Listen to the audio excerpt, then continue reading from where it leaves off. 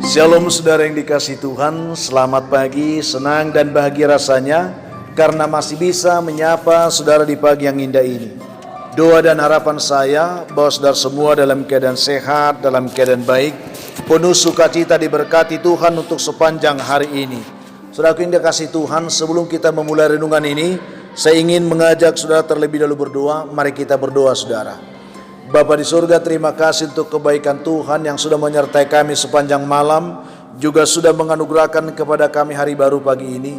Berkati dan pimpinlah kami oleh Roh Kudus-Mu, sehingga kami boleh berjalan dalam kemenangan Kristus di sepanjang hari ini. Dalam nama Yesus kami berdoa. Amin.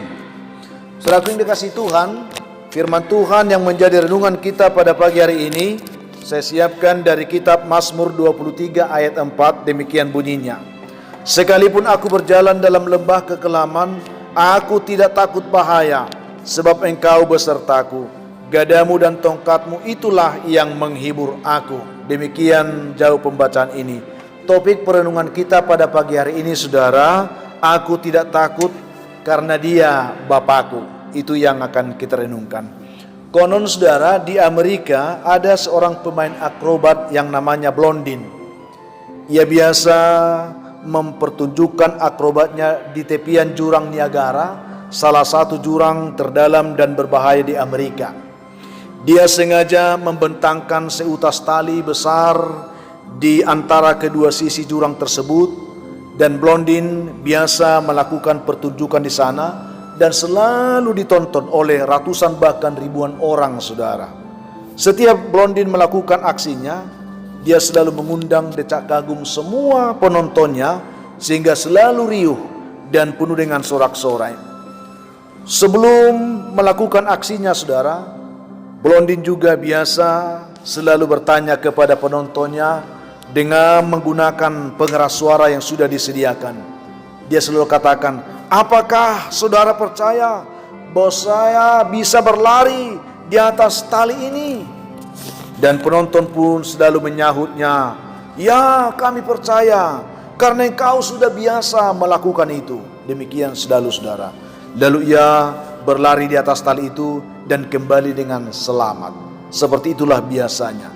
Demikian suatu ketika saudara, ia juga memegang sebuah gerobak. Lalu sebelum ia menyeberang, ia pun bertanya, apakah saudara masih percaya bahwa ketika saya membawa gerobak dan berlari di atas tali masih bisa selamat? Lalu semua penonton katakan, kami percaya karena kamu sudah biasa melakukan itu.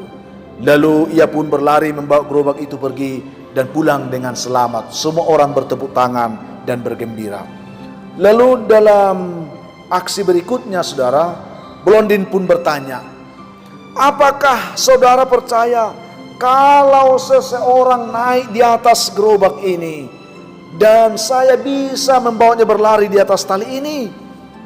Lalu saudara, semua penonton bersuara nyaring dan berkata, ya kami percaya karena engkau sudah terbukti biasa melakukan hal itu, katanya saudara. Lalu saudara, Blondin pun semakin tertantang. Lalu dia berbicara, kalau begitu katanya, siapakah di antara saudara yang dapat membuktikan kepercayaannya? Marilah masuk ke atas gerobak ini. Dia katakan saudara, supaya aku membawanya menyeberang di atas tali ini. Siapakah di antara saudara yang mau membuktikan kepercayaannya? Mari masuk di atas gerobak ini, supaya kau bawa berlari di atas tali.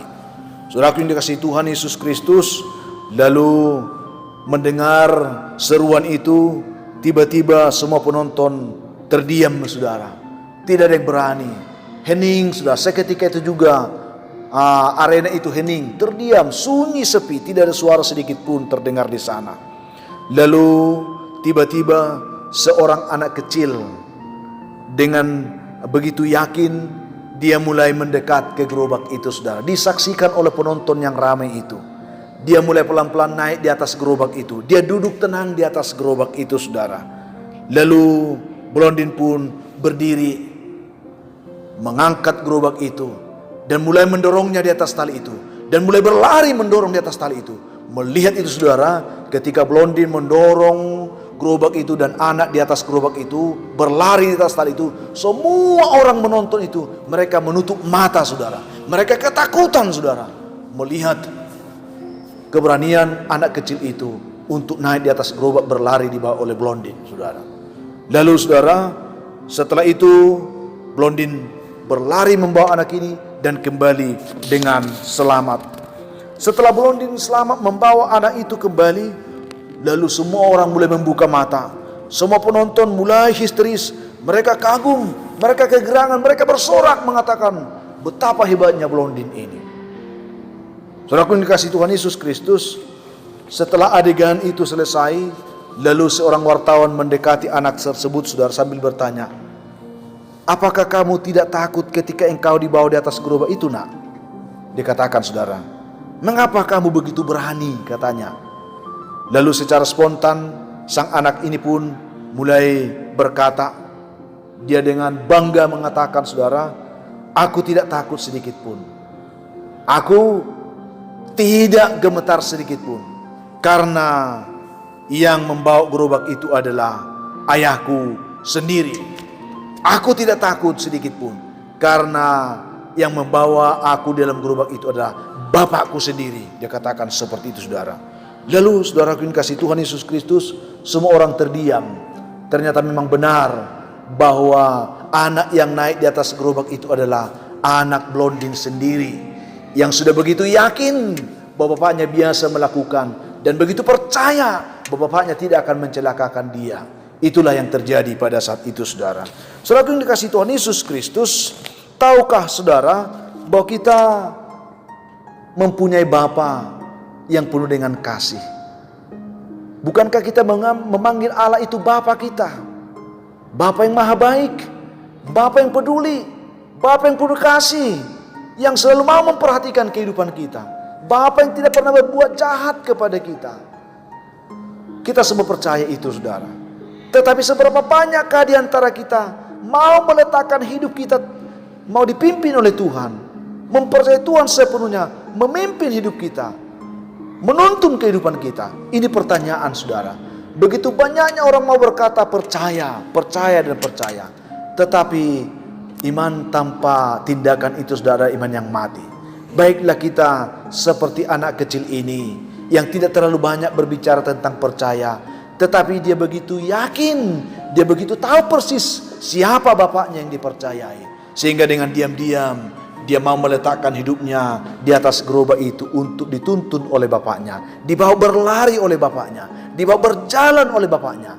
Dan dengan demikian dia memiliki kepastian bahwa bapaknya itu pasti tidak akan mencelakakan dia, pasti akan menuntun dia dengan baik. Dan memang ternyata dia bisa dibawa pergi dan juga kembali dengan selamat. Adakah kita memiliki iman seperti anak kecil ini saudara, yang kendati pun berada di tengah bahaya namun tidak merasa takut, karena percaya penuh bahwa cinta kasih setia bapaknya tidak akan pernah terpengaruh oleh situasi bahaya. Kasih setiap Bapa itu menjadi jaminan kekekalan untuk menuntun kita walaupun menghadapi mara bahaya sekalipun. Itu yang dikatakan oleh pemazmur Daud, sekalipun aku berjalan dalam lembah kekelaman, aku tidak takut bahaya, sebab Engkau besertaku. Penyertaan Tuhan menjadi jaminan kekuatan, penyertaan Tuhan menjadi jaminan kepastian, penyertaan Tuhan menjadi jaminan kemenangan bagi setiap kita yang mau percaya, yang mau berjalan bersama Tuhan, yang mau mengandalkan Tuhan. Oleh karena saudaraku yang dikasihi Tuhan, apapun beban pergumulan hidup yang kau alami saat ini, sesulit apapun yang kau menghadapi hidup ini, percayakan hidupmu kepada Tuhan. Dia jurumudi yang agung, yang tahu persis memimpin hidup kita kepada rancangannya, kepada kemenangan-kemenangan yang sudah dirancangkan oleh Tuhan kepada setiap kita. Oleh karena saudara yang kasih Tuhan, Roh Kudus kiranya membantu kita untuk bisa menangkap nilai dari renungan kita pada pagi hari ini, supaya kita benar-benar mau meletakkan iman percaya kita kepada Tuhan yang adalah Bapa kita yang baik itu. Tuhan memberkati saudara. Kita berdoa. Tuhan Yesus, terima kasih untuk kebaikan-Mu yang menyapa kami pagi ini lewat kebenaran firman ini. Tuntunlah setiap kami anak-anak-Mu. Kami adalah anak-anak-Mu. Kami percaya Engkau Allah yang baik bagi kami. Engkau Bapa yang setia bagi kami. Engkau Bapa yang penuh dengan kasih bagi kami. Engkau tidak pernah membiarkan kami Tuhan mengalami mara bahaya.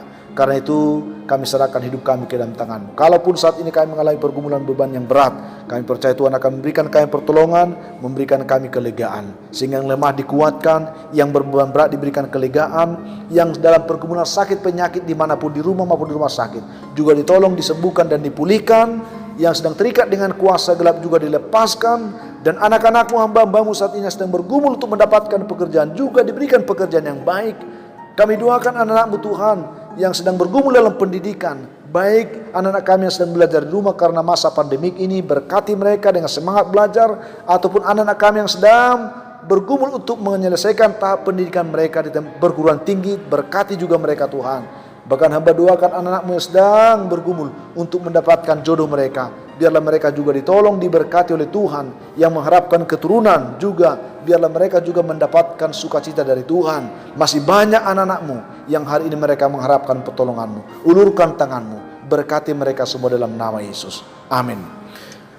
Saudaraku yang dikasihi Tuhan, apapun keadaan hidup yang saudara hadapi hari ini, saya ingin katakan, tetaplah saudara semangat, jadilah kuat di dalam Tuhan, bersukacitalah senantiasa, dan mengucap syukurlah dalam segala hal. Kalau saudara mempunyai beban, pergumulan hidup yang berat, dan saudara rindu doakan, hubungi kami saudara di nomor telepon yang tertera di layar saudara. Kami siap membantu mendukung saudara dalam doa. Akhirnya saya Pendeta Linti Dongoran, Pendeta GKP Jemaat Khusus Horizon Medan, menyampaikan sampai jumpa di kesempatan lain. Tuhan memberkati saudara. Shalom.